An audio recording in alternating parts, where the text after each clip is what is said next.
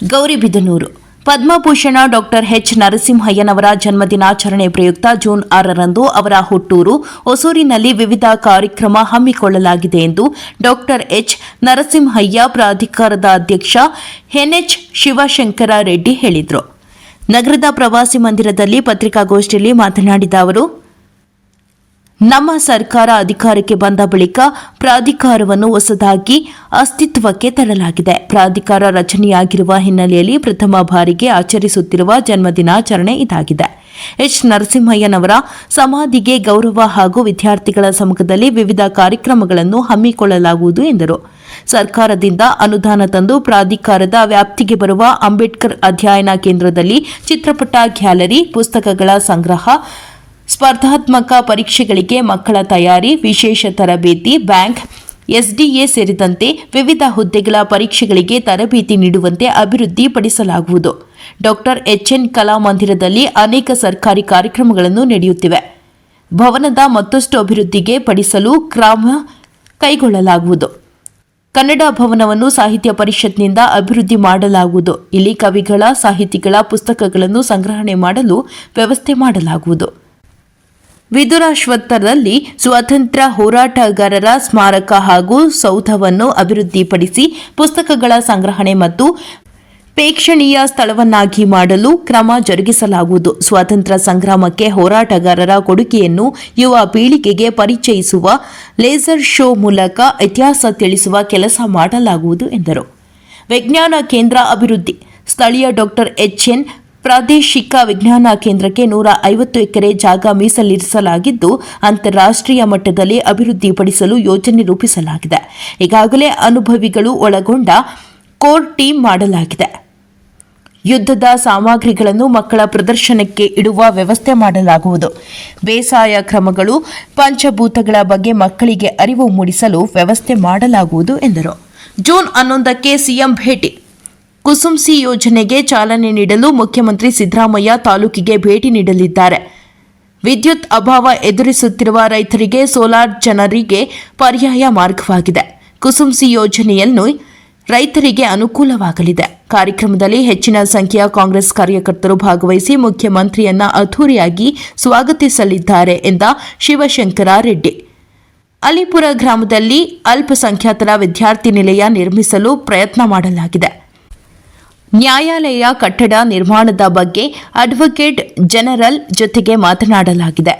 ಬೀರಮಂಗಲ ಬಳಿ ರಾಮಕೃಷ್ಣ ಮಿಷನ್ ಶಾಲೆ ಆರಂಭಿಸಲು ಸರ್ಕಾರದ ಮೇಲೆ ಒತ್ತಡ ಹೇರಲಾಗಿದೆ ಎಂದರು. ಕಾಂಗ್ರೆಸ್ ಸದಸ್ಯತ್ವ ಪಡೆದಿಲ್ಲ.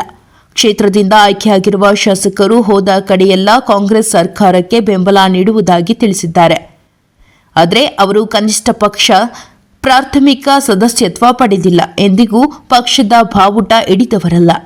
ಹೀಗಿರುವಾಗ ಅವರು ಕಾಂಗ್ರೆಸ್ಸಿಗರಾಗಲು ಹೇಗೆ ಸಾಧ್ಯ ಎಂದು ಪ್ರಶ್ನಿಸಿದ ಶಿವಶಂಕರ ರೆಡ್ಡಿ.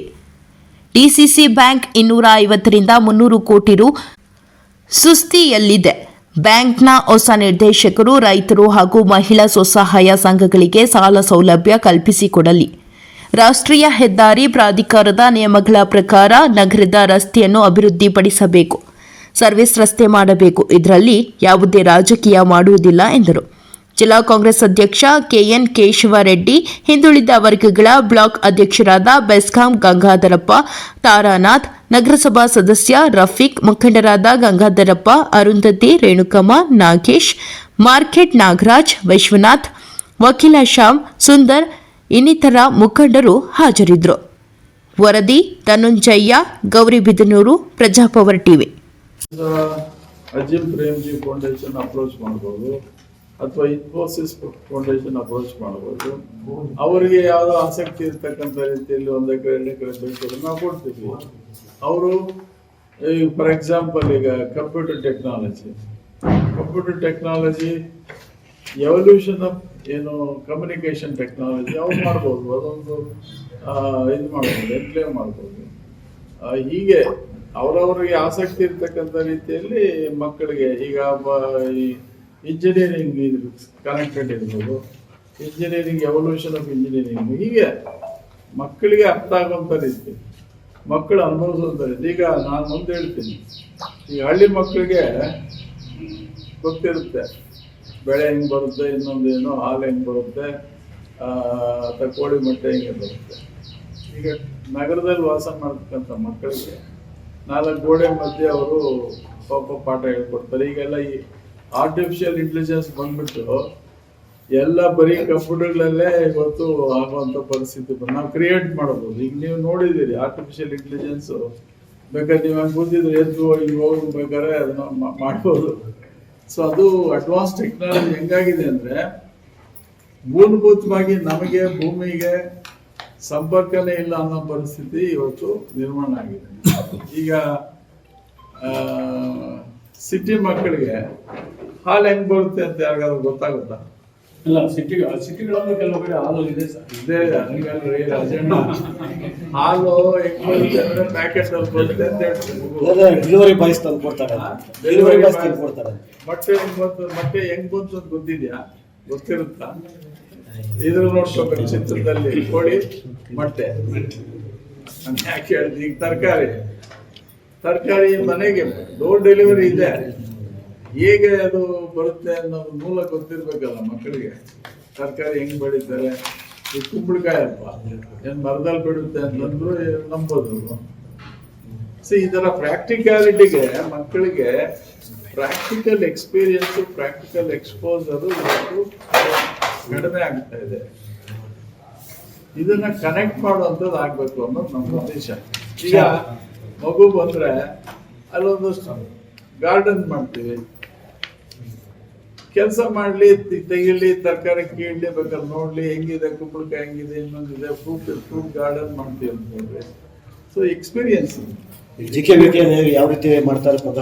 GKBK ಯಾವ ರೀತಿ ಮಾಡ್ತೀರಾ? GKBK ಬೆಳೆ ಬೆಳೆಯೋದು, ಅದು ಬೆಳೆ ಆಯ್ತು ಮಕ್ಕಳಿಗೆ ಅನುಭವ ಆಗುವಂತ ರೀತಿ. ನಾನು ಕೇಳಿದ್ದು ಯೋಜನಾ ಪ್ರಾಧಿಕಾರ ಇದನ್ನ ವಿಶೇಷವಾಗಿ ಈ ಸಂದರ್ಶನ ಕಳೆದಿರ್ತಕ್ಕಂಥದ್ದು.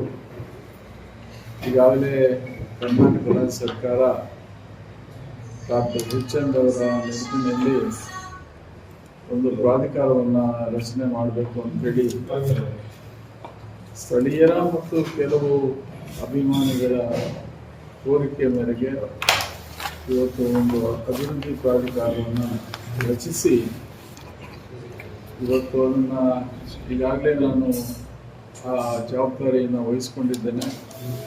ಮತ್ತು ವಿಶೇಷವಾಗಿ ನಾವು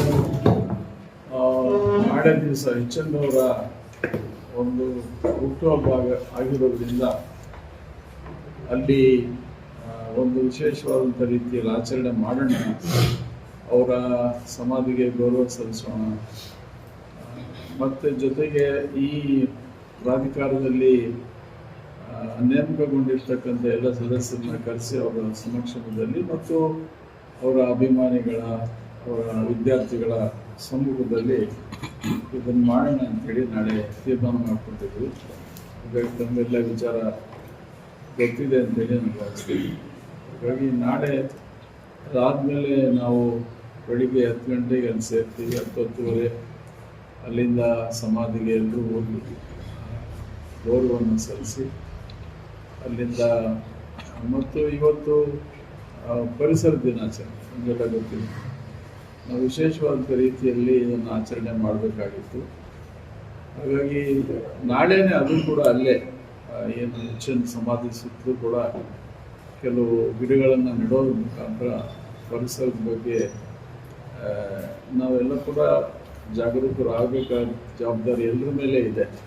ಇವತ್ತು ಪರಿಸರ ಯಾವ ರೀತಿ ಹದಗೆಡ್ತಾ ಇದೆ ಅಂತಕ್ಕಂಥದ್ದು ನೀವು ನೋಡ್ತಾ ಇದ್ದೀವಿ.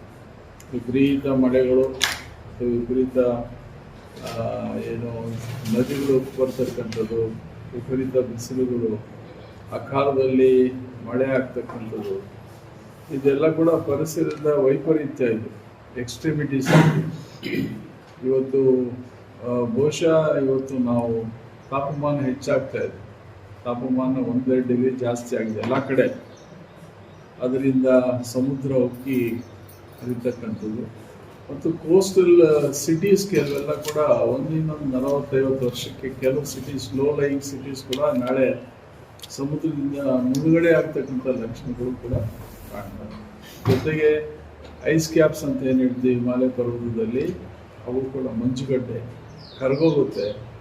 ಇನ್ನೊಂದಷ್ಟು ವರ್ಷಗಳಲ್ಲಿ ಇದೇ ರೀತಿ ಪೊಲ್ಯೂಷನ್ ಆದರೆ ಇವತ್ತು ನಾಳೆ ಜೀವನ ದುಸ್ತರವಾಗುತ್ತೆ. ಎಲ್ಲ ಜೀವ